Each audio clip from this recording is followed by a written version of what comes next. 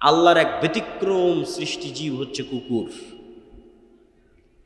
কুকুর মানুষের চাইতে 10,000 গুণ বেশি ঘ্রাণ, নাক দিয়ে ঘ্রাণ নেওয়ার ক্ষমতা কুকুরের মানুষের চাইতে 10,000 গুণ, 100, 200, 500, 1000, 2000, 10,000 গুণ বেশি। তাহলে আমার কাছে আমি যদি এই পানির বোতলটা নিই এবং এই পানির বোতলটা নাকে টানি, তাহলে বলবো না এটার তো কোনো সেন্ট নাই। পানিরও আমি বলতে পারি যে না পানির তো কোনো সেন্ট নাই, এটার কোনো সেন্ট নাই। তা এটার সেন্ট নাই বলাটা যেমন মিথ্যা, বিজ্ঞানও হয়তো এসে বলবে যে না এটার কোনো সেন্ট নাই, বিজ্ঞানও মিথ্যা। কেন বিজ্ঞান এখন পর্যন্ত কুকুরের নাকের মতো পাওয়ারফুল যন্ত্র তৈরি করতে পারেনি। কিন্তু এই পানির বোতলটা কুকুরের নাকের সামনে লাগান, দিয়ে পানির বোতলটাকে 10 কিলোমিটার দূরে রেখে আসেন, এই পানির বোতল কুকুর খুঁজে বের করে নিয়ে আসবে। তাহলে আমি না গন্ধ পাচ্ছি না, আর আমার আবিষ্কার করা যন্ত্রও গন্ধ ধরতে পারতেছে না, তার মানে গন্ধ নাই। এটা কি ঠিক না ভুল? আছে, তার প্রমাণ কি? ওই যে আল্লাহর আরেক সৃষ্টিজীবও ধরতে পারতেছে, ওর কাছে আছে। আমরা যেভাবে একজন আরেকজনকে দেখছি চিনছি, এভাবে কুকুর চিনে না। কুকুর ঘ্রাণ দিয়ে আপনাকে চিনে। আপনার এই চেহারা, সাদা কালো দাড়ি, অথবা দাড়ি চাছা, লম্বা উঁচু মোটা, এইভাবে দেখে কুকুর চেনে না যেভাবে আমরা চিনি। ঘ্রাণে চিনে, এটা অমুক, এটা অমুক, ঘ্রাণে চিনে ফেলে। ওইভাবে দেখতেই পায় না কুকুর। আমরা যেভাবে দেখি এভাবে দেখতেই পায় না, তো ওভাবে দেখে চিনবে কি? ওকে আল্লাহ দিয়েছে ঘ্রাণ শক্তি। ঠিক হাতি সহ এরকম কিছু প্রাণী আছে যাদের দিয়েছে শ্রবণ শক্তি, খুব সূক্ষ্ম, একদম ভয়ঙ্কর লেভেলের সূক্ষ্ম, মানুষের যে 2-3 হাজার গুণ। যন্ত্র ওই লেভেলের সূক্ষ্ম নয়। তাহলে একটা আওয়াজ আমি শুনতে পাচ্ছি না, তার মানে ওই আওয়াজটা নাই, মিথ্যা কথা। একটা আওয়াজ কোনো যন্ত্র শুনতে পাচ্ছে না পৃথিবী, তার মানে আওয়াজটা নাই, মিথ্যা কথা। যে কবরের আওয়াজের আওয়াজ তো আমি শুনতে পাই না, মুগুর দিয়ে তো পিটাচ্ছে, কই আমি তো শুনতে পাচ্ছি না, চিৎকার করতেছে, আমি তো শুনতে পাচ্ছি না, তার মানে আওয়াজ হচ্ছে না। না, ওই লেভেলের আওয়াজ শোনার ক্ষমতাই আপনার নাই, কিন্তু ওই লেভেলের আওয়াজ শোনার ক্ষমতা আল্লাহর কিছু কিছু প্রাণীর আছে। তো ঠিক পৃথিবীতে এমনও আলো আছে যে আলো দেখার ক্ষমতা আল্লাহর কিছু প্রাণীর আছে। যেমন কুকুরকে শয়তানের আলো দেখার ক্ষমতা দেওয়া আছে, মোরগকে ফেরেশতার নূর, নূর যেই লেভেলের আলো, ওই লেভেলের আলো দেখার সক্ষমতা মোরগকে, মুরগিকে দেওয়া আছে ফজরের সময় যখন সে চিৎকার করে। সম্মানিত উপস্থিতি, তাহলে পৃথিবীতে নূর অস্তিত্বশীল এবং ফেরেশতারা নূরের তৈরি, এবং ফেরেশতাদের অস্তিত্ব আমাদের সাথে সম্পৃক্ত কতটা বাস্তব আমি না বুঝাতে পারলে সেটা আমার ব্যর্থতা, কিন্তু আমি বুঝানোর তারপর চেষ্টা করব। ঈমান বিল গায়েবকে ইয়াকিনের স্তরে নিয়ে যাওয়ার। ঈমান বিল গায়েবের 6টা বিশ্বাস মুসলমানদের নাই, সেটাকে ইয়াকিনের স্তরে নিয়ে যাওয়া যায় কিনা, পারলে সফল, না পারলে ব্যর্থ, সেটা আমার ব্যর্থতা। সেটা হচ্ছে যে ফেরেশতা অস্তিত্বশীল, এটার অস্তিত্বটা কতটা বাস্তব। আপনি জন্মের পর, পৃথিবীতে জন্মের পরই সর্বপ্রথম আপনার মাকে দেখেছেন। তা আমি যদি বলি আপনার মা নাই, আপনি জীবনেও বিশ্বাস করবেন না। তারপরে আপনি বিবাহ শাদী করার পর আপনার ছেলে আপনার চোখের সামনে হয়েছে, তা আমি যদি বলি এটা আপনার ছেলে নয়, আপনি জীবনেও বিশ্বাস করবেন না। তাহলে আপনার ছেলের অস্তিত্ব আপনার কাছে যতটা সত্য, আপনার মায়ের অস্তিত্ব আপনার কাছে যতটা সত্য, এর চেয়ে অনেক বেশি গুণে সত্য আপনার সাথে ফেরেশতার অস্তিত্ব। কেন আপনার সাথে ফেরেশতার অস্তিত্বের চেয়ে বেশি গুণে সত্য?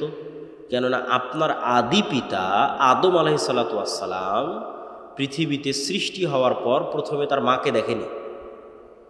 পৃথিবীতে সৃষ্টি হওয়ার পর বন্ধু হিসেবে প্রথমে তার ভাইকে, বোনকে, মাকে, বাপকে, চাচাকে, মামাকে, খালাকে, স্ত্রীকে, এগুলোকে পায়নি। সৃষ্টি হওয়ার পর চোখ খুলে সর্বপ্রথম যদি দেখে থাকে তাহলে পৃথিবীর ভিন্ন জগতের 2 প্রাণীকে দেখেছে, একটার নাম ফেরেশতা আর একটার নাম জিন। তাহলে মানুষের সাথে মানুষের সম্পর্ক বেশি মজবুত হলো না মানুষের সাথে ফেরেশতার জিনের সম্পর্ক বেশি মজবুত হলো? বলেন এবার আমাকে। ফেরেশতার জিনের সম্পর্ক বেশি মজবুত।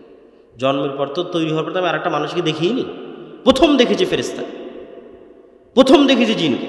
তাহলে আমার সাথে পৃথিবীর আর যে কারো অস্তিত্বের চাইতে, আর যে কোনো বন্ধুর চাইতে আর যে কোনো ব্যক্তির চাইতে বেশি অস্তিত্বশীল, বেশি বাস্তব ফেরেশতার অস্তিত্ব। ওর দেখেই তো আমার যাত্রা শুরু। ওয়াইদ ক্বালা রাব্বুকা লিল মালাইকাতি ইন্নী জাইলুন ফিল আরদি খলিফা ক্বালু আতাজআলু ফিহা মান ইউফসিদু ফিহা ওয়া ইয়াসফিকুদ দিমা। যখন আল্লাহ ফেরেশতাদের ডেকে বললেন, এই ফেরেশতারা, আমি পৃথিবীতে আমার প্রতিনিধি সৃষ্টি করতে চাই, খলিফা সৃষ্টি করতে চাই। বললেন, আল্লাহ, আপনার তাসবিহ তাহলিল করার জন্য তো আমরা আছি, করার সৃষ্টি করার কি দরকার? তোমরা তা জানো না যা আমি জানি। তারপরে আল্লাহ আদমকে সৃষ্টি করলেন, করার পর ফেরেশতাদের বললেন তোমরা সিজদা করো। তো প্রথম পরিচয়ই হলো ফেরেশতাদের সাথে। আর এখন কেউ বিশ্বাস করে না ফেরেশতা আছে, এমনি মুখে বলছে ফেরেশতা আছে, ফেরেশতার উপর ঈমান আনলাম বলার সময় বলেছি, অন্তরে নাই। এবার দুই একটা উদাহরণে যাব আমরা, যে আল্লাহর নবীর যুগে সাহাবীরা ফেরেশতাদের উপর কেমন বিশ্বাস রাখত। আমরা আজকে ঈমান বিল গায়েবের শুধু একটা পয়েন্টের আলোচনা করতেছি, ফেরেশতা। আল্লাহর নবীর যুগে সাহাবীরা ফেরেশতাদের উপর কেমন বিশ্বাস রাখত তার উদাহরণ। তবে তার আগে 2 মিনিট একটু গুরুত্বপূর্ণ জরুরি কথা, সেটা হচ্ছে আমরা যে মসজিদের আয়োজনে এখানে উপস্থিত হয়েছি, এই মসজিদটি একটি নির্মাণাধীন মসজিদ, এবং আমাকে যেভাবে বলা হয়েছে যে ছাদ অথবা কোনো একটা জায়গায় গিয়ে কাজ আটকে আছে।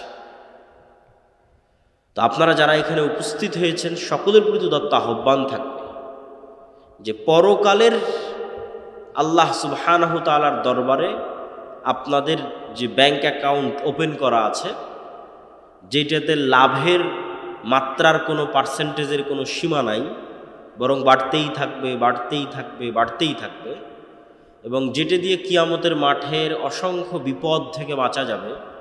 কোথাও ইবাদতের কমতি থাকলে সেটা কাভার দেওয়া যাবে, ব্যাকআপ দেওয়া যাবে। কোথাও গুনাহ থাকলে সেটার কাফফারায় ব্যাকআপ দেওয়া যাবে। কোথাও কোনো মানুষের হক নষ্ট হয়ে থাকলে সেটার কাফফারায় ব্যাকআপ দেওয়া যাবে। কিয়ামতের মাঠে যেহেতু কোনো মুদ্রা টাকা পয়সা থাকবে না, সেহেতু আগে থেকেই টাকা পয়সা পাঠিয়ে রাখা ভালো। তো আগে থেকে টাকা পয়সা পাঠানো থাকলে এবং আল্লাহ সেগুলোকে বাড়াতে থাকলে কিয়ামতের মাঠে বিপদের সময় এই পাঠানো টাকাগুলো কাজে লাগবে। ঠিক দুনিয়াতে যেমন জমানো টাকা বিপদের সময় কাজে লাগে, কিয়ামতের মাঠে জমানো টাকা বিপদের সময় কাজে লাগবে। তো কেউ যদি স্বেচ্ছাসেবকরা থাকে, যদি যায়, আপনারা সহযোগিতা করবেন। আমরা আমাদের বক্তব্য সামনে আগাই। মুহাম্মদ সাল্লাল্লাহু আলাইহি ওয়াসাল্লামের যুগে সাহাবীদের বিশ্বাস ফেরেশতার উপরে। খুব মজার মজার কয়েকটা ঘটনা আপনাদের সামনে বলবো, যেই ঘটনাগুলো একটা আর একটার সাথে কানেক্ট করলে আপনি দেখবেন যে ফেরেশতা চরিত্র সাহাবীদের সামনে কেমন ছিল আর আমাদের সামনে কেমন। মজার মজার কয়েকটা ঘটনা। সাদ বিন মুআজ নামে এক বিখ্যাত সাহাবী, আউস এবং খাজরাজ গোত্রের নেতা, আনসারী সাহাবী, খন্দকের যুদ্ধে শহীদ হয়েছে। রাসূল সাল্লাল্লাহু আলাইহি সাল্লাম বলছে, সাদ বিন মুআজের জানাজায় ৭০,০০০ ফেরেশতা অংশগ্রহণ করেছে। জাবের রাদিয়াল্লাহু তাআলা আনহু উহুদের যুদ্ধে শহীদ হয়েছে। জাবের রাদিয়াল্লাহু তাআলার পিতা। তো জাবের রাদিয়াল্লাহু তাআলা আনহু যখন তার পিতার মৃত্যুতে কাঁদছেন, তখন রাসূল সাল্লাল্লাহু আলাইহি সাল্লাম বলছেন, জাবের তুমি কাঁদছো? তোমার পিতার লাশ এই মুহূর্তে ফেরেশতারা ঘিরে রেখেছে, ছায়া দিয়ে রেখেছে, তুমি কাঁদিও না। হানজালা রাদিয়াল্লাহু তাআলা আনহু শহীদ হয়েছেন। তো হানজালা রাদিয়াল্লাহু তাআলা আনহু বাসর ঘর থেকে বের হয়ে গিয়ে যুদ্ধে অংশগ্রহণ করেছে। তো সাহাবীরা তাকে ফরজ গোসল দেওয়ার জন্য গোসল দিবেন। রাসূল সাল্লাল্লাহু আলাইহি সাল্লাম বলছে, হানজালাকে গোসল দেওয়ার দরকার নেই, এই জন্য যে অলরেডি ফেরেশতারা তাকে গোসল দিয়ে ফেলেছে, ইতিমধ্যেই ফেরেশতারা তাকে গোসল দিয়ে ফেলেছে। এগুলো সব রাসূল সাল্লাল্লাহু আলাইহি ওয়াসাল্লামের জীবদ্দশায় সাহাবীদের উপস্থিতিতে পরস্পরের কথায় কিভাবে ফেরেশতাদের কথাটা আসতেছে সেটার কিছু উদাহরণ। আব্দুর রহমান বিন আউফ রাদিয়াল্লাহু তাআলা আনহু বলছে যে আমি যুদ্ধ করছি, তো আমার দুই পাশে দুইজন সাদা পোশাকধারী ব্যক্তি খুব ভয়ঙ্করভাবে যুদ্ধ করতেছে। আমি এদের কোনোদিন মদিনাতে আগেও কোনোদিন দেখিনি, পরেও কোনোদিন দেখিনি। তো রাসূল সাল্লাল্লাহু আলাইহি ওয়াসাল্লামকে এই ঘটনা জানালে রাসূল সাল্লাল্লাহু আলাইহি ওয়াসাল্লাম বললেন, এরা ছিল জিবরাইল এবং মিকাইল, যুদ্ধ করার জন্য এসেছে। এক সাহাবী এক মুশরিককে আঘাত করার জন্য যুদ্ধের মাঠে তাকে তাড়া করতেছেন। আমি সংক্ষেপে বলে যাচ্ছি, শুধু বাংলা সংক্ষেপে বলতেছি। তাড়া করতেছেন, তো অদৃশ্য থেকে আওয়াজ আসলো, আকদিম ইয়া হাইজুম। আওয়াজ আসার পর এবার সাহাবী যখন তাকে হামলা করতে যাবে, তো দেখে ওই ব্যক্তি আগেই উল্টে পড়ে আছে। এবং তার ক্ষত স্থান থেকে রক্ত বের হচ্ছে, আহত স্থান থেকে। সাহাবী এই ঘটনা রাসূল সাল্লাল্লাহু আলাইহি সাল্লামকে বললে আল্লাহর নবী বললেন, এটা তৃতীয় আসমান থেকে আসা ফেরেশতার আক্রমণ ছিল। এই ফেরেশতা তৃতীয় আসমান থেকে এসেছিল, তৃতীয় আসমান থেকে আসা ফেরেশতার আক্রমণ। খন্দকের যুদ্ধ থেকে রাসূল সাল্লাল্লাহু আলাইহি সাল্লাম যখন খন্দকের যুদ্ধে বিশাল ঝড় হয়ে মক্কার কাফের মুশরিকরা সব পালিয়ে গেছে, 10,000 সেনাবাহিনী 1 মাস যাবৎ মদিনা ঘেরাও করে রেখেছে। তা আল্লাহর নবী মনে করেছে যুদ্ধ শেষ, তারা তো চলে গেছে। উনি বাড়িতে এসে অস্ত্র রেখে 1 মাসে প্রচুর টেনশন গেছে, তার উপরে প্রচুর পরিশ্রম গেছে, খাদ্যের সংকট, যোগাযোগ বিচ্ছিন্ন, কষ্ট, পেটে পাথর বেঁধে রাখার যে ঘটনাগুলো সেগুলো এখনকার। তো রাসূল সাল্লাল্লাহু আলাইহি ওয়াসাল্লাম অস্ত্র রেখে গোসল করতে গেছে। অস্ত্র বলতে তরবারি, তীর ধনুক।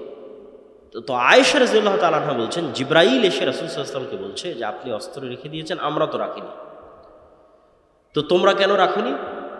তো বানু কুরাইজা, বানু কায়নুকা, বানু নজির, এই 3টে ইহুদি গোত্র যুদ্ধ চলা অবস্থায় আল্লাহর নবীর সাথে গাদ্দারি করেছে, অথচ এরা লিখিত চুক্তি করেছিল যে এরা গাদ্দারি করবে না, পক্ষে থাকবে। তো জিবরাইল বলছে এই সমস্ত গাদ্দারদের বিচার না করা পর্যন্ত যুদ্ধ শেষ হয়নি, আপনি এখনই বের হন, যুদ্ধ এখনো শেষ হয়নি। মক্কার কাফের মুশরিকরা চলে গেছে, কিন্তু এই গাদ্দারদেরও বিচার করতে হবে। ঠিক আছে, মুহাম্মদ সাল্লাল্লাহু আলাইহি ওয়াসাল্লাম বের হলেন সাহাবীদের সহ। এবার আনাস রাদিয়াল্লাহু তাআলা আনহু থেকে বর্ণিত, তিনি বলেন যে আমরা যখন বানু কুরাইজা, বানু কায়নুকা, বানু নজির গোত্রের দিকে আমাদের অভিযান পরিচালনা করার জন্য রওনা দিচ্ছি, তখন আমাদের আগে আগে আমরা উড়ন্ত ধুলা দেখতে পাচ্ছি, যে উড়ন্ত ধুলা জিবরাইলের অশ্বারোহী বাহিনীর উড়ন্ত ধুলা। আল্লাহু আকবার। সহিহ হাদিস যে আনাস রাদিয়াল্লাহু তাআলা আনহু বলছেন, আমরা আমাদের আগে উড়ন্ত ধুলা দেখছি, যে উড়ন্ত ধুলা জিবরাইলের অশ্বারোহী বাহিনীর উড়ন্ত ধুলা। একদিন রাসূলুল্লাহ সাল্লাল্লাহু আলাইহি ওয়াসাল্লাম বসে আছেন, একজন অপরিচিত ব্যক্তি হঠাৎ করে, আমি কিন্তু স্বেচ্ছাসেবক ভাইদের আহ্বান জানাবো যে আপনাদের যদি দানের কোনো পরিকল্পনা থাকে সেটা কিন্তু এখনই করে ফেলতে হবে, আমার বলার কথা কিন্তু হয়ে গেছে। তো একদিন রাসূলুল্লাহ সাল্লাল্লাহু আলাইহি ওয়াসাল্লাম বসে আছেন, একজন অপরিচিত ব্যক্তি মসজিদের মধ্যে প্রবেশ করেছে। ওমর রাদিয়াল্লাহু তাআলা আনহু বলছেন যে আমরা তাকে মদিনায় আগেও কোনোদিন দেখিনি, পরেও কোনোদিন দেখিনি, আর তার শরীরে সফরের কোনো আলামত নাই। আর এটা বিমানের সফর নয়, মরুভূমির সফর। আমি বিমানে ঢাকা থেকে এসে এখন আপনার এখানে পৌঁছেছি, তারপরেও একটু ঘামের আলামত আছে, একটু খাবার খেয়েছি বা কোথাও চলেছি, তার একটু ময়লা লাগার আলামত আছে, সফরে যে আছি তার আলামত আছে বিমানে সফর করার পর। আর ওই যুগের সফর মরুভূমির সফর, ঘোড়ায় হবে, উঠে হবে। তো এসে আল্লাহ নবীকে জিজ্ঞেস করছে ঈমান কাকে বলে, ইসলাম কাকে বলে, ইহসান কাকে বলে, কিয়ামত কখন হবে, সব উত্তর দেওয়ার পর আল্লাহর নবী বলছে, জানো এটা কে ছিল? তো বলে না। তো বলে এটা জিবরাইল ছিল, তোমাদেরকে দিন শিখানোর জন্য এসেছে। রাসূল সাল্লাল্লাহু আলাইহি ওয়াসাল্লাম বলতেছে, আজকে আমার বাড়িতে জিবরাইল আসেনি। কেন আসেনি? তাহলে একটা ছবি থাকার কারণে। রাসূল সাল্লাল্লাহু আলাইহি ওয়াসাল্লাম বলতেছে যে আমাকে জিবরাইল বারবার মিসওয়াক করতে বলে, কেন আমার মুখের গন্ধে জিবরাইলের কষ্ট হয়। রাসূল সাল্লাল্লাহু আলাইহি ওয়াসাল্লাম বলতেছে, তোমরা মসজিদে পেঁয়াজ এবং রসুন খেয়ে যেও না, কেননা পেঁয়াজ এবং রসুনের গন্ধে ফেরেশতাদের কষ্ট হয়। আপনি এগুলো সবগুলোকে যদি একদিনের চিত্র কল্পনা করেন, যে একদিনের চিত্র মনে করেন একদিনে এগুলো ঘটতেছে, তাহলে এবার বলেন যে খালিদ ইবনুল ওয়ালিদ, আমর ইবনুল আস, এরা যখন যুদ্ধ করতে গেছে রোমান এবং পারস্যদের বিরুদ্ধে, যখন রোমান পারস্যের ক্ষমতা এদের চেয়ে বেশি, তো এরা দুনিয়াবি শক্তি দিয়ে বিজয় অর্জন করবে এই আশায় যুদ্ধ করতে গেছে, না আল্লাহ সাহায্য করবে এই আশায় যুদ্ধ করতে গেছে? আল্লাহ সাহায্য করবে। ধরো চোখের সামনে দেখেছে ফেরেশতা যুদ্ধ করতেছে, স্বচক্ষে দেখেছে। আল্লাহ কোরআনে বলেছে 5,000 ফেরেশতা অবতীর্ণ করেছি, 3,000 অবতীর্ণ করেছি, 1,000 অবতীর্ণ করেছি। বদর, উহুদ, খন্দক, হুনাইনের যুদ্ধে আল্লাহ ফেরেশতা অবতীর্ণ করেছে। কোরআনের আয়াত সাহাবীদের চাক্ষুষ চোখে দেখা যে ফেরেশতারা যুদ্ধ করতেছে। আর যার ইমানই দুর্বল ফেরেশতার অস্তিত্বের উপর, আল্লাহর শক্তি এবং ক্ষমতার উপর, পরকালের উপর, সে চিন্তা করবে যে না, আমাকে মন্দির পাহারা দিয়ে ক্ষমতায় যেতে হবে। আর যদি ঈমান বিল গায়েব মজবুত থাকে, তাহলে কোনোদিন সে আদর্শে কম্প্রোমাইজ করবে না, তাতে ক্ষমতা আসুক আর যাক, কেননা সে জানে যে মূল ক্ষমতা কার হাতে? আল্লাহর হাতে। এবং ফেরেশতার উপর যদি ঈমান মজবুত থাকে, আল্লাহর উপর যদি ঈমান মজবুত থাকে, এগুলো তখন সে বুঝবে। দেখেন রাসূল সাল্লাল্লাহু আলাইহি ওয়াসাল্লাম কি বলছেন, যে দাজ্জাল 40 দিন পৃথিবীতে থাকবে। পৃথিবীর এমন কোনো শহর নাই, বন্দর নাই, নগর নাই যেখানে দাজ্জাল প্রবেশ করবে, কিন্তু মক্কা এবং মদিনায় দাজ্জাল প্রবেশ করতে পারবে না। তো মক্কা এবং মদিনায় দাজ্জাল প্রবেশ করার চেষ্টা করবে না? করবে না? করবে না? করবে। রাসূল বলছে প্রত্যেক যতবার দাজ্জাল মক্কা মদিনায় প্রবেশ করার চেষ্টা করবে, ততবার মক্কা মদিনার রাস্তায় উন্মুক্ত তরবারি হাতে ফেরেশতারা তাকে প্রতিরোধ করবে। আল্লাহু আকবার। আল্লাহর নবী বলেনি যে মানুষ প্রতিরোধ করবে, ফেরেশতা প্রতিরোধ করবে উন্মুক্ত তরবারি হাতে। যে ফেরেশতার অস্তিত্বের প্রতি ঈমানই নাই, তো কেমনে আল্লাহর সাহায্যের আশা করবে যে না আল্লাহর সাহায্যে ফেরেশতা আসতে পারে? ঈমানই তো নাই, কেমনে আশা করবে? তখন চিন্তা করবে যে না আমাকে কম্প্রোমাইজ করতে হবে, আমি তো এইটা না করলে ভোট পাবো না, ওইটা না করলে তো মানুষ সায় দিবে না, অতএব এটাই ছাড়, ওইটাই ছাড়, ওইটাই ছাড়। দিন শেষে ইসলামী বাদ, ইসলামী আর নাই। তো ঈমান বিল গায়েব, এর উপর ঈমান মজবুত হতে হবে। ঈমান বিল গায়েবের একটা বড় অংশ হচ্ছে পরকাল। পরকাল মানে মৃত্যুর পর পুনরুজ্জীবন। তো মৃত্যুর পর পুনরুজ্জীবনের আলোচনায় যাওয়ার আগে ফেরেশতার আলোচনায় আর দুটো কথা। ফেরেশতার অস্তিত্ব যে আছে আপনি কেমনে বুঝবেন? ঠিক আছে ভাই, মানলাম, বিশ্বাস করলাম আপনার কথা আব্দুল্লাহ ভাই, যে নূর চোখে দেখি না, তাও নূর আছে পৃথিবীতে, আমার সাথে ফেরেশতা আছে, আমাদের এখানে সবার সাথে ফেরেশতা আছে, বিশ্বাস করলাম, কিন্তু তাও বাস্তব ইন প্র্যাকটিক্যাল লাইফ লিয়াতমাইন্না কলবি, অন্তরের প্রশান্তির জন্য বিশ্বাস বাস্তবে পরীক্ষা করে দেখতে চাই ফেরেশতা আছে। তো বাস্তবে ফেরেশতার অস্তিত্ব বোঝার একটা পরীক্ষা দিয়েছে, যাতে আপনি বুঝতে পারেন যে হ্যাঁ ফেরেশতা আছে। তো আমাদের যখন এসএসসি এবং এইচএসসি পরীক্ষা সকাল 8টা 10টা একটা টেনশন, একটা তাড়া কাজ করতো। ঠিক যদি কারো ফ্লাইট থাকে, প্লেন থাকে, বিমান থাকে, ট্রেন থাকে, তাহলে ওটা ধরার জন্য যে প্লেনে তাড়া কাজ করতো, একদিন ওই রকম নিয়ে বেশি দিন করতে পারে, একদিন আজকে রাতে করতে পারে। কীরকম নিয়াত? বিমানে ফ্লাইট টিকিট থাকলে যেরকম নিয়াত করেন, পরীক্ষা থাকলে যেরকম নিয়াত করেন, ট্রেনের টিকিট থাকলে যেরকম নিয়াত করেন, ওই রকম নিয়াত যেন আজকে ফজরের 5টার সময় আজান দিবে, ফজরের সালাতে 5টার মধ্যে উঠতে নিয়াত শক্ত করে। এমনি ওই মনে করলাম যে ফজর উঠবো, চলো ফোনে অ্যালার্ম দিই, ওটার কথা বলি, ফোনে তো অ্যালার্ম দেওয়া লাগবে না। কেননা পৃথিবীতে কারা আছে? কারা আছে? ফেরেশতা আছে, তো ফোনে কেন অ্যালার্ম? মানুষকে কেন বলবেন যে আব্দুর রহমান জিহাদি সাহেব আমাকে ফজরে ডেকে?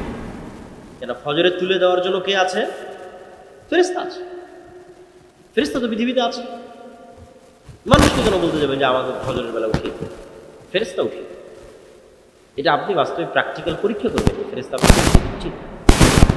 উঠতে পারছেন কি? কোনো মানুষকেও বলার দরকার নাই যে আমাকে ফজর উঠাতে হবে, কোনো মোবাইলে অ্যালার্মের দরকার নাই যে আমাকে ফজর উঠাতে হবে। তারপরে আপনি শক্ত নিয়তে ঘুমিয়ে যান এবং ঠিক রাসূল সাল্লাল্লাহু আলাইহি ওয়াসাল্লামের সুন্নাত অনুযায়ী ঘুমিয়ে যান। রাসূল কি বলছে? যে আপনার মাথার কাছে একজন ফেরেশতা পাহারাদার অবস্থায় থাকে ফজর পর্যন্ত। তাহলে এখন আপনাকে ফজরে উঠিয়ে দেওয়ার দায়িত্ব ফেরেশতা। আল্লাহ সুবহানাহু ওয়া তাআলা এভাবেই পৃথিবী সেট করে রেখেছে। তো কেমনে আপনাকে ঘুম থেকে উঠিয়ে দেবে সে জানে। এখন মশার কামড়ে উঠিয়ে দিবে, না ঝাপটা আওয়াজে উঠিয়ে দিবে, না আপনার বাচ্চা কাদার মাধ্যমে উঠিয়ে দিবে, না কিসের মাধ্যমে উঠাবে, সেটা ফেরেশতার দায়িত্ব। না কোনোদিন ফজরের আজান আপনার কানে ঢুকে না, আজকে ঠিকই ফজরের আজান কানে ঢুকে গেছে। ফজরের আজান কানে ঢুকতে বাধা হয়ে থাকতো কে? শয়তান। কে বাধা হয়ে থাকতো? শয়তান। আজকে ফেরেশতা ঢুকতে দিয়েছে, শয়তানের বাধা সরে গেছে, ফেরেশতা ঢুকে গেছে, ফজরের আজানই ডাইরেক্ট কানে ঢুকে গেছে, আপনি এমনি উঠে গেছে।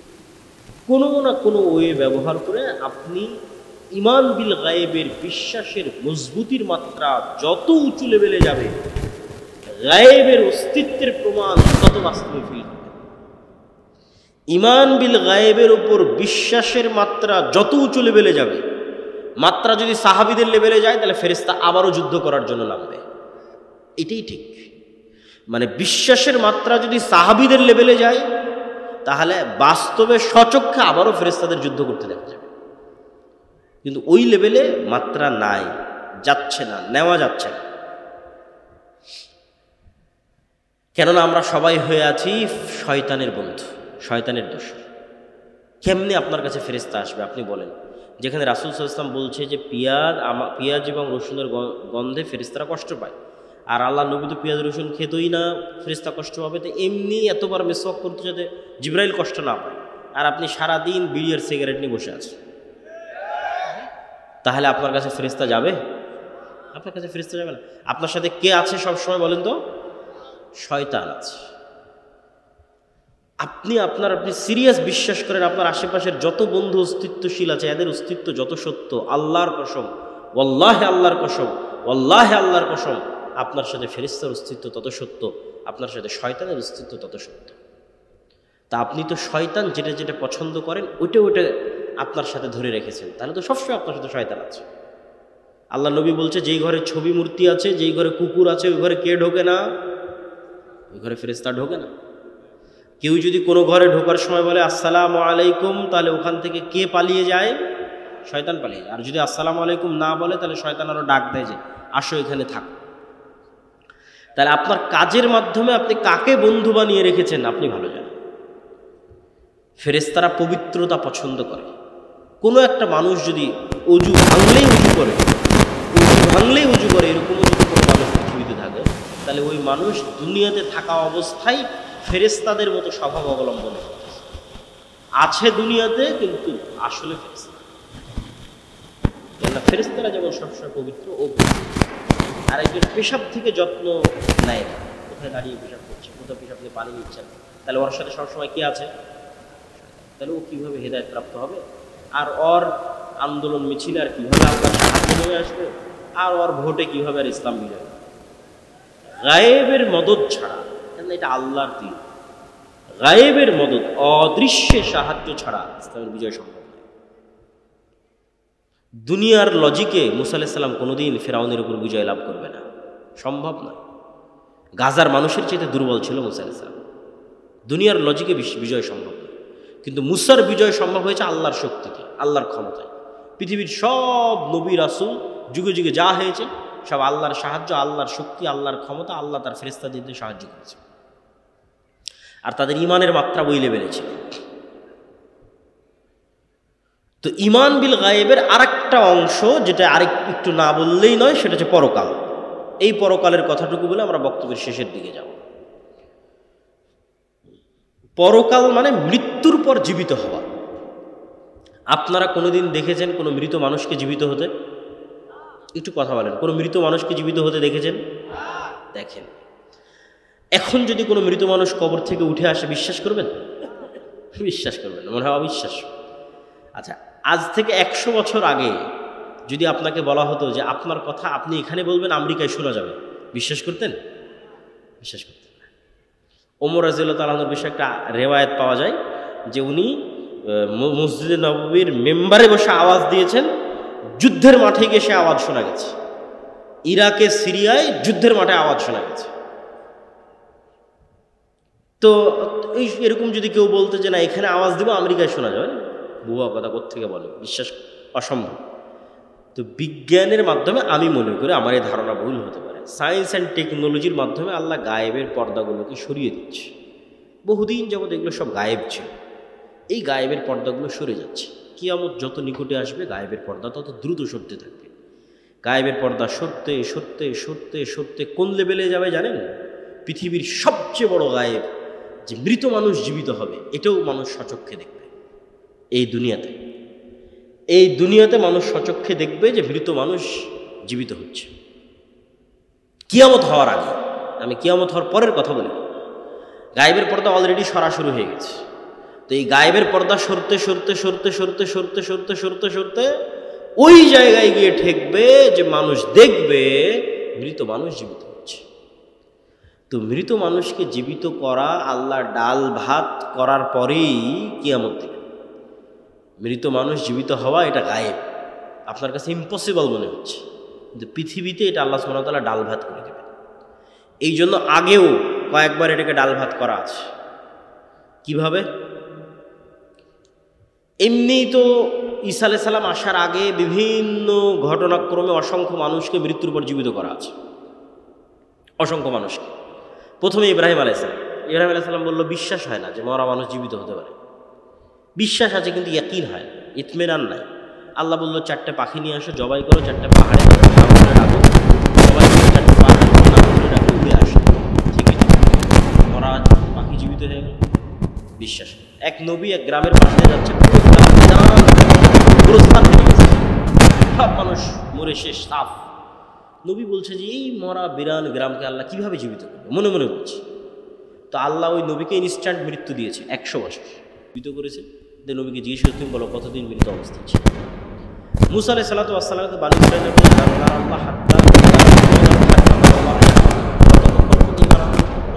আল্লাহকে যতক্ষণ না দেখবে।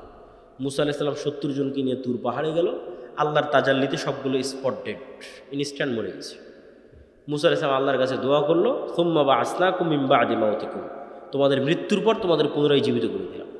তারপর আসহাবে কাহফের ঘটনা, 309 বছর প্রায় মৃত, কিন্তু মানুষ দেখলে মনে করবে জীবিত। আর এবার ঈসা আলাইহিস সালাম, মৃতকে জীবিত করা ডাল ভাত।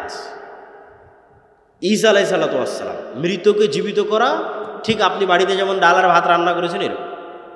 ঈসা আলাইহিস সালাম যে কোনো একটা মাটি নিবে, আল্লাহ কোরআনে বলেছে, কোরআনে আছে, যে কোনো একটা মাটি নিবে, মাটি নিয়ে বিসমিল্লাহ, মাটিতে ফু দিবে, জীবন্ত পাখি হয়ে আকাশে উড়ে যাবে। বলেন আল্লাহু আকবার। রাত দিন উনি মানুষকে করে দেখিয়েছে। কবরের পাশে যাবে মৃত মানুষ, বিইজনিল্লাহ, আল্লাহর আদেশে জীবিত হয়ে যাবে, মানুষ জীবিত হয়ে যাবে। অন্ধ মানুষ, বিসমিল্লাহ বিইজনিল্লাহ, আল্লাহর আদেশে চক্ষুস্মান হয়ে যাবে, চক্ষুস্মান হয়ে যাবে। তাহলে ঈসা আলাইহিস সালামের হাতে মৃতকে জীবিত করা ছিল এক প্রকার আপনার বাড়িতে যেমন আপনি ডাল এবং ভাত রান্না করেন, এটা যেমন ইজি, ঠিক তেমন ইজি। এবার গায়েবের পর্দা খুলতে খুলতে খুলতে খুলতে কিয়ামতের পূর্ব মুহূর্তে আসবে দাজ্জাল। দাজ্জালকে আল্লাহ এই ক্ষমতা দিয়ে দেবে। দাজ্জাল মানুষকে বলবে যে আমাকে আল্লাহ হিসেবে বিশ্বাস হয় না, তো তোমার দাদা কতদিন আগে মারা গেছে? তো বলে আমার দাদা আছে 10-15 বছর আগে মারা গেছে। তোমার বাপ? আমার বাপ 5 বছর আগে মারা গেছে। ঠিক আছে, তোমার বাপ আর তোমার দাদাকে আমি নিয়ে আসতেছি কবর থেকে উঠিয়ে। এবং বাস্তব সত্য কবর থেকে জীবিত উঠে তার বাপ এবং দাদা তার সামনে এসে হাজির হয়ে যাবে। তো আজ থেকে 100 বছর আগে ঠিক আপনার কাছে যেমন কোনো মানুষের 100 বছর আগে মারা যাওয়া কোনো মানুষকে যদি বলেন আমার এখন কথা ডাইরেক্ট আমেরিকায় শোনা যাচ্ছে, তো ইম্পসিবল। তো ঠিক আজ থেকে জানি না, হয়তো কাল পরশুর মধ্যে হতে পারে, কেন কি আমাদের ঘটনার কোনো সময়সীমা কেউ জানে না, 500 বছরের মধ্যে হতে পারে। মানুষ দেখবে যে তার বাপ দাদা, তার আত্মীয় স্বজন, মৃত আত্মীয় স্বজন কবর থেকে জীবিত অবস্থায় উঠে আসতেছে। তো কিয়ামত ঘটার আগেই মৃত ব্যক্তিকে জীবিত করাকে ডাল ভাত বানিয়ে দেওয়া হবে মানুষের হাত দিয়ে। তাহলে আল্লাহ পারবে না মানুষকে জীবিত করতে? কি বলে? আরে একবার ঈসা আলাইহিস সালাম মৃতকে জীবিত করেছে, আর একবার দাজ্জাল মৃতকে জীবিত করবে, মানুষ মৃত মানুষকে জীবিত করবে। আল্লাহ পারবেন না মৃতকে জীবিত করতে? এই জন্য বলছি যে এগুলো গায়েবের পর্দা উন্মোচন হয়ে যাচ্ছে। আপনার কথায় আমার কথা এখন আমেরিকায় শোনা যাচ্ছে আর আল্লাহ শুনতে পাচ্ছেন না। আমার কথা অটোমেটিক সব রেকর্ড হয়ে থেকে যাচ্ছে, লাইভ হয়ে থেকে যাচ্ছে, দেখা যাচ্ছে, আর আল্লাহ সুবহানাহু ওয়া তাআলা পারবেন না? আমার ফিঙ্গারপ্রিন্ট দিয়ে মানুষ আমাকে অপরাধী হিসেবে ধরে ফেলতেছে, কারো ফিঙ্গারপ্রিন্টের সাথে মিলে না। আমি এখানে যদি এখন ছাপ দিয়ে চলে যাই, তাহলে এখানে যে আমি ছাপ দিয়েছিলাম এটা, এরপরে যদি কেউ ছাপ না দেয়, কালকে এটা ফরেন্সিক রিপোর্ট করলে বের হয়ে যাবে যে ওই আবদুল্লাহর পাসপোর্টও এখানে ছাপ দিয়েছিল। তাহলে এই হাতের মধ্যে এমন কি আছে, যদি আল্লাহ কিয়ামতের মাঠে যদি বলে যে হ্যাঁ এই হাত কথা বলো, এগুলো সবগুলোর মধ্যে সেভ হয়ে আছে। কোনো কিছু পৃথিবী থেকে হারায় না, কোনো কিছু হারাচ্ছে না। হিসাব আল্লাহ সুবহানাহু ওয়া তাআলার হিসাব নেওয়া এবং পুনরায় পরকাল বাস্তবায়ন করা এত সহজ, এত বাস্তব। সম্মানিত উপস্থিতি, তাহলে ঈমান বিল গায়ব যখনই আপনি বিশ্বাস করে নেবেন যে হ্যাঁ পরকাল ঘটবে, না ঘটে গেছে, মরব না মরে গেছে, তাহলে এবার জীবনের সিদ্ধান্ত নেওয়া সহজ হবে। যে কোনো ইসলামী দল যখন মনে করে নেবে যে না আমরা সবাই শহীদ হয়ে গেছি, আমরা সবাই মারা গেছি, কেন এই জীবনের তো কোনো মূল্য না ইসলামের দৃষ্টিতে। আল্লাহ, মৃত্যু মানে আল্লাহর সাথে সাক্ষাৎ। তো যখনই আপনি পরকালকে অতীত ধরে নেবেন, তখন আপনার সব সিদ্ধান্ত দেখবেন সঠিক সিদ্ধান্ত নিচ্ছেন, বিজয় দ্রুত আসতেছে। আর যখন ধরে নেবেন না এই দুনিয়ায় সব কিছু, দুনিয়াতেই আমার সব কিছু করে শেষ করতে হবে, তাহলে আর এই ইসলামের বিজয়ও আপনার হাত দিয়ে সম্ভব নয়, আর আপনার বাস্তব জীবনেও আপনি সাকসেসফুল হতে পারবেন না। অতএব বস্তুবাদী দুনিয়ামুখী জীবন বাদ দিয়ে পরকালমুখী মৃত্যুর পর আবার জীবিত হবেন, হিসাব নেওয়া হবে, এই চিন্তা। ফেরেশতা আছে, ফেরেশতা আপনাকে সহযোগিতা করতেছে, ফেরেশতার সাথে বন্ধুত্ব, ফেরেশতার অস্তিত্বের প্রতি গভীর অবিচল আস্থা, ফেরেশতাকে দেখতেও পেয়ে যেতে পারে। আপনার ইমান বিল গায়েব বাড়তে থাকলে ওরকম হয়েও যেতে পারে, অস্বাভাবিক কিছু না। সম্মানিত উপস্থিতি, বক্তব্যের শেষের দিকে এসে কয়েকটা জরুরি কথা। আল জামিয়া সালাফিয়া আর দাওয়া ইলাল্লাহ, মাসিক আল ইতিসাম, মাকতাবাতুস সালাফ, এগুলোর নাম আপনারা কখনো শুনেছেন কিনা, শোনেন কিনা জানি না। হয়তো এমনি দাওয়াত দেন, বক্তব্য দিতে আসি, চলে যায়। এই যে আজকে এসেছি, আবার কবে আসবো কোনো গ্যারেন্টি আছে? বলেন, আছে? মৃত্যু হয়ে যেতে পারে।